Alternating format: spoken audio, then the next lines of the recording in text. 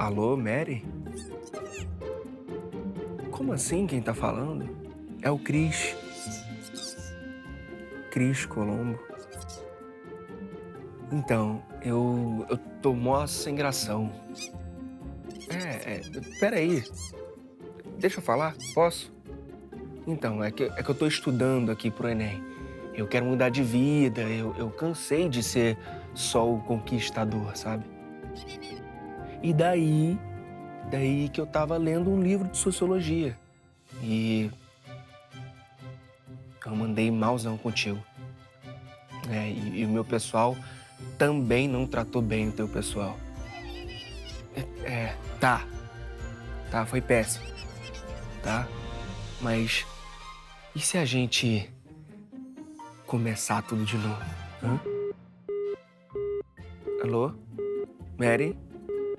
Alô? Mary? Roda a vinheta.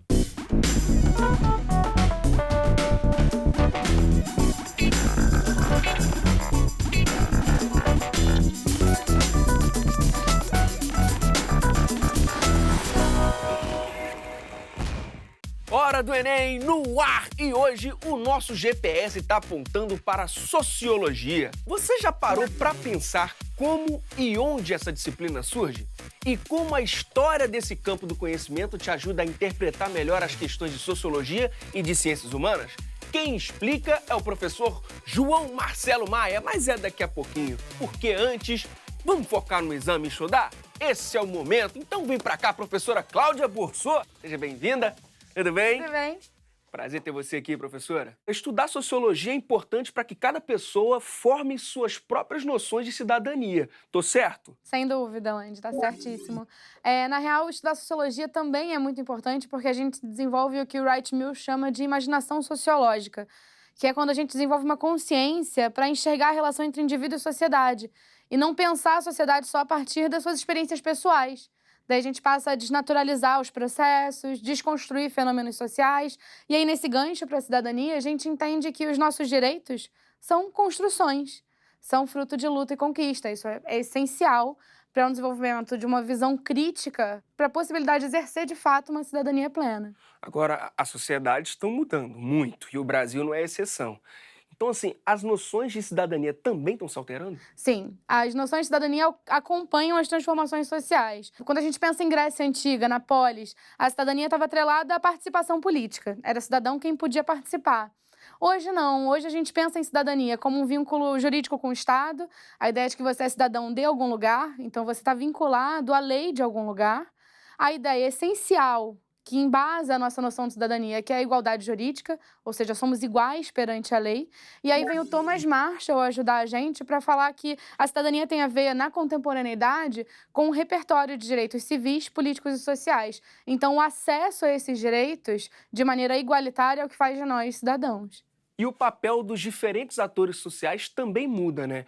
Um exemplo é o lugar da mulher na sociedade, que tem mudado muito nos últimos 100 anos, né, professor? Sim, especificamente no Brasil, os últimos 100 anos são uma marca muito importante nesse processo de mudança. A gente tem muitos avanços.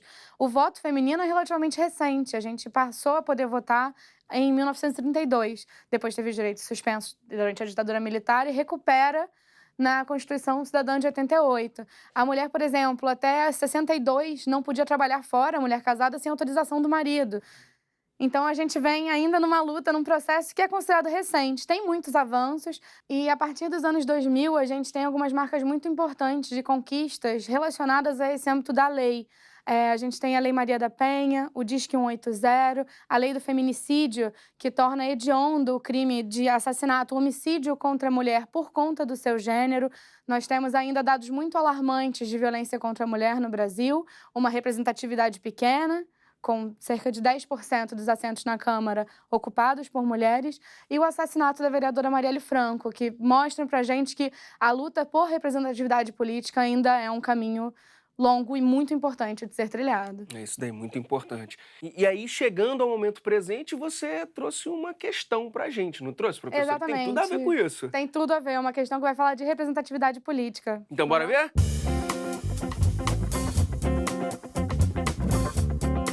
É a questão 74 do Enem de 2017, caderno azul, primeira aplicação. Professora, por gentileza. Exato, o texto da questão diz: a participação da mulher no processo de decisão política ainda é extremamente limitada em praticamente todos os países, independentemente do regime econômico e social e da estrutura institucional vigente em cada um deles.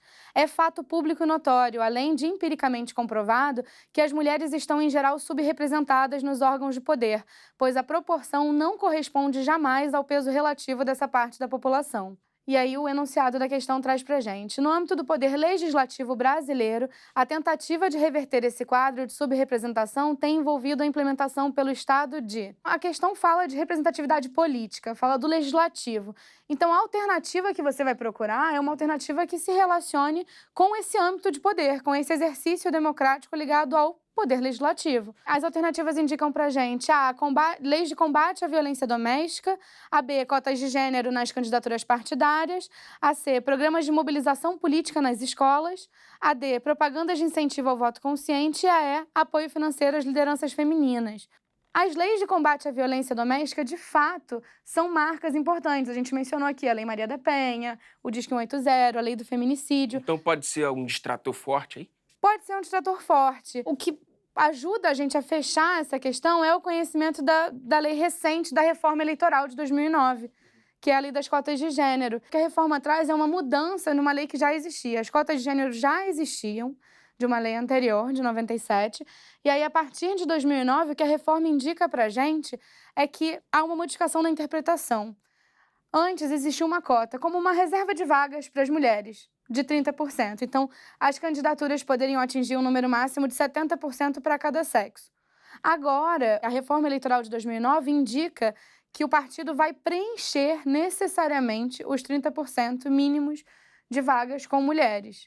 Então, a nossa resposta é a B, que é cotas de gênero na candidatura partidária, e é importante que o candidato, dê uma olhada na lei, na reforma de 2009, para entender esse processo. Então, confirmando o gabarito, letra B, cotas de gênero nas candidaturas partidárias. Exatamente. Nesse contexto, vale a pena conhecer o artigo 5 da Constituição, não vale? Perfeito, Lande. É muito importante conhecer o artigo 5º, porque ele é o que vai dizer pra gente que nós somos iguais perante a lei. É o que estabelece, de fato, de maneira formal, a igualdade entre homens e mulheres, entre os cidadãos. Se a base da cidadania é a igualdade jurídica, o artigo 5º é fundamental. E aí é importante que a gente pense, retome essa noção do panorama no Brasil. Nós somos formalmente iguais perante a lei, mas na prática nós somos? Se a gente ainda vai falar da necessidade de garantir, a partir de uma reforma eleitoral, que haja uma representatividade feminina no Congresso, se essa representatividade ainda precisa ser garantida por força de lei, é porque ela representa, na real, que nós somos desiguais em vários contextos, em várias esferas da sociedade. E aí essa desigualdade, a partir dos papéis que são atribuídos a gêneros diferentes, estabelece relações hierárquicas, né? São relações de poder entre homens e mulheres na sociedade. Infelizmente, né, professora? Sim, infelizmente. Bom, e esse assunto, professora, tem caído muito no Enem? Tem sim, Lande. Tem duas questões que eu queria comentar, que são importantes, de 2016 e de 2015, que versam sobre esse assunto. A primeira questão é a questão 7. Tem aqui uma imagem de uma propaganda e a tradução diz: as mulheres do futuro farão da Lua um lugar mais limpo para se viver.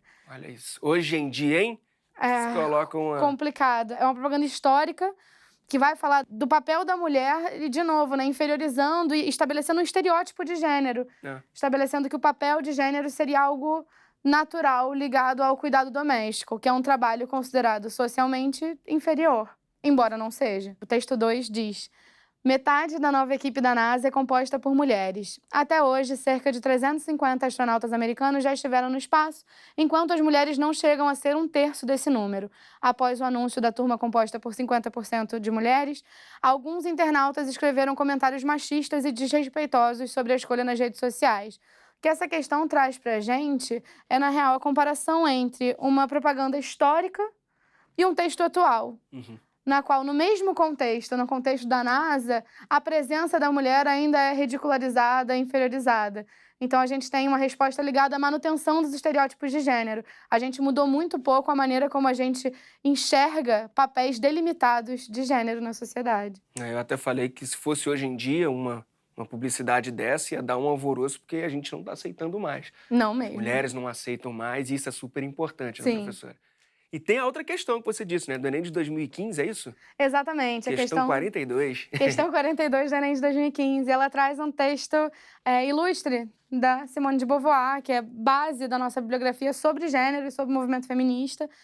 E aí tem a frase icônica: ninguém nasce mulher, torna-se mulher. Essa frase é muito importante porque ela é que estabelece, ajuda a gente a entender e a desnaturalizar. E aí eu volto para o início do programa, quando a gente falou das ferramentas básicas da sociologia, desnaturalizar os processos. Os papéis sociais, o que a gente faz, a maneira como a gente vive em sociedade não é necessariamente natural. São construções da nossa cultura. Então a ideia de que ninguém nasce mulher, torna-se mulher, é a noção de que o papel social que é esperado de uma mulher é uma construção social, não tem necessariamente a ver com a nossa natureza. Portanto, não é uma determinação fixa, pode ser mudada. E aí a questão tem a ver com o quanto a Simone de Beauvoir e a sua bibliografia serviu para embasar o movimento feminista a partir dos anos 60 na sua luta por igualdade de gênero. Professora, chega mais, vem cá pra frente.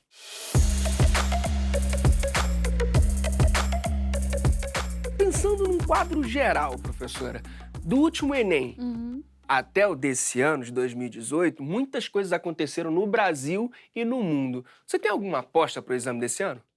Olha, eu acho que um assunto que é possível cair, aparecer a abordagem, é a desigualdade salarial entre homens e mulheres. Tem sido um assunto muito recorrente no mundo inteiro, uma discussão muito importante, além de algumas campanhas como assédio, como mundialmente o Me Too, a hashtag Me Too, e aqui no Brasil o Meu Primeiro Assédio. Então vale a pena dar uma procurada, uma pesquisada nesses assuntos para se inteirar. E para além disso, eu acho que uma aposta importante é a discussão sobre interseccionalidade, que é entender que as discussões identitárias, né, ou seja, as discussões sobre movimentos sociais ligados à identidade, que perpassam o movimento feminista, ligados à identidade de mulheres, movimentos LGBTQ, ligados à orientação sexual, e o movimento negro. Essas identidades se atravessam em movimentos sociais. Então é importante estudar como esses movimentos dialogam hoje. E para quem está em casa, quer se aprofundar em todos os assuntos que a gente passou aqui hoje, onde busca informação? Qual o caminho das pedras? Olha, pode ser bem legal assistir um filme chamado As Sufragistas, que fala da luta pelo voto feminino. Não é um filme que fala sobre o Brasil, efetivamente, mas ajuda a gente a pensar nesse processo ligado à cidadania e aos direitos da mulher. E eu indico um livro também chamado Mulher, Raça e Classe, da Angela Davis, que é fundamental para pensar as noções ligadas a movimentos sociais e a construção das desigualdades sociais, tanto para o campo da identidade da mulher e do papel social da mulher, quanto para a questão do racismo. Show de bola, professora. Muitíssimo obrigado Eu que mesmo, agradeço, viu? obrigada. Volte sempre. Valeu. Você já se perguntou sobre a origem da sociologia? Então, hoje esse programa é para você. Bora relembrar os bastidores do nascimento da disciplina? Então, chega mais, professor João Marcelo Maia. Seja bem-vindo. Tudo bem? Tudo bem? Tudo bem, você? Lante? Tranquilo. Explica pra gente, como e em que momento surgiu a sociologia? Olha, a sociologia surgiu mais ou menos ali no século XIX, na Europa, né? Não era propriamente assim, um curso de sociologia, eram homens eruditos que ensinavam sociologia, ou ministravam conferências, escreviam livros, etc.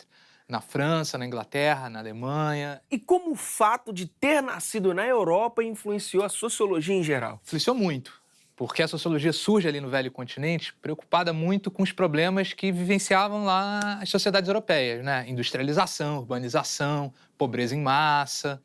Mas também tem que lembrar que nessa época a Europa se expandia para o mundo, né? Eram potências imperialistas também. Então eles também estavam preocupados com os outros povos, mas não preocupados bonzinhos, né? Preocupados em entender, classificar, organizar e dominar.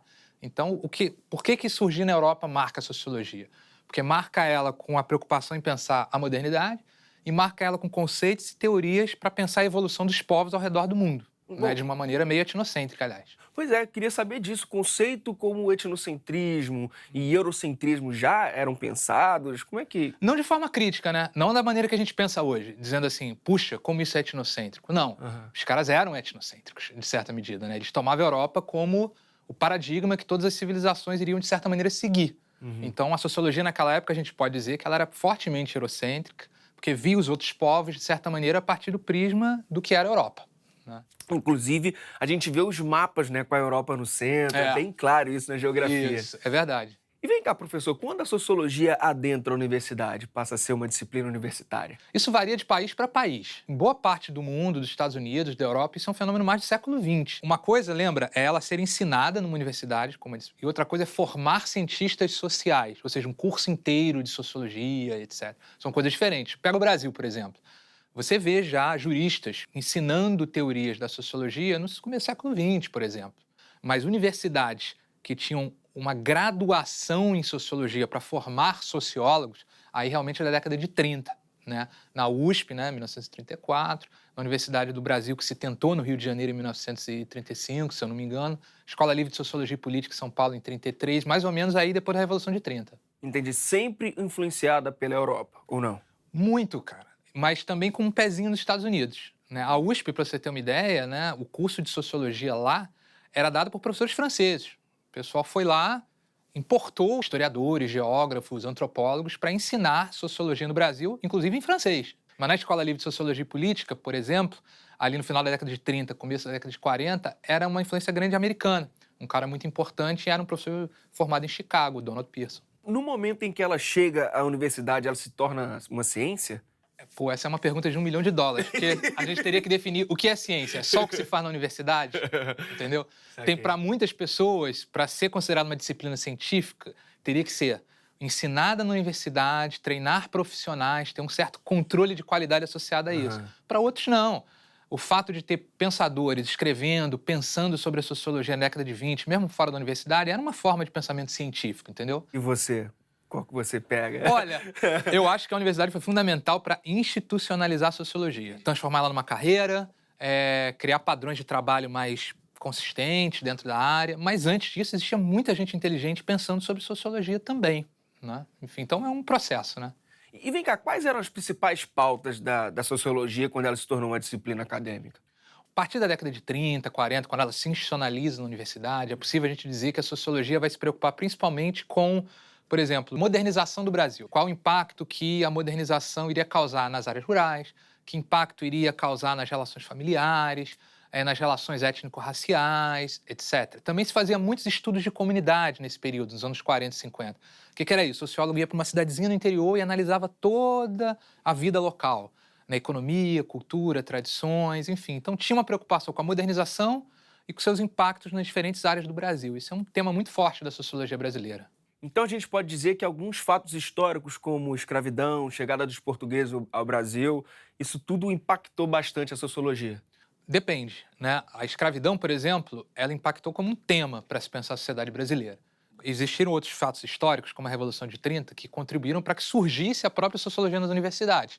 Porque com a Revolução de 30, de certa maneira, o Estado brasileiro foi mais centralizado, mais organizado administrativamente, houve um investimento grande na criação de cursos, universidades, etc. Isso contribuiu para a sociologia ser mais praticada, né, nos centros universitários.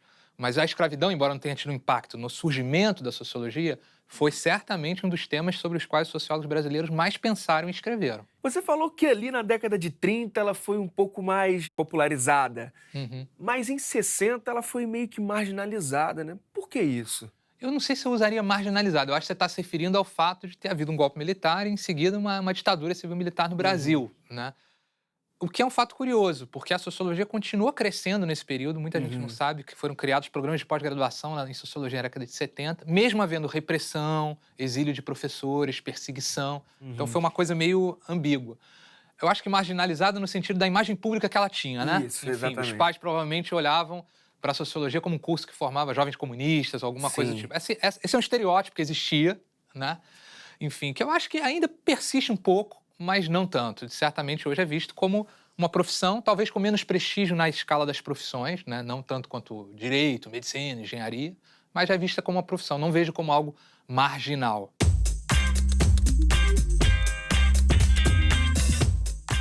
E na sua opinião, qual a principal característica que diferencia a sociologia brasileira? Hoje em dia, Land, é um pouco difícil falar, que ela é tão plural, é praticada de tantas maneiras diferentes, se profissionalizou tanto, mas historicamente, a gente poderia dizer, de certa medida, que a sociologia brasileira, por exemplo, sempre teve temas muito específicos com a América Latina em geral. preocupação com desenvolvimento e subdesenvolvimento, coisa muito comum nos anos 50, 60, porque nós crescíamos e o país continuava desigual. A forma como se faz a sociologia no Brasil sempre foi muito assim, a sociologia em diálogo com a história, né? Você vai nos Estados Unidos, não é tão comum, é uma sociologia mais objetiva, matematizada, e a gente tem essa tradição meio ensaística, sabe? De grandes livros de interpretação histórica do Brasil.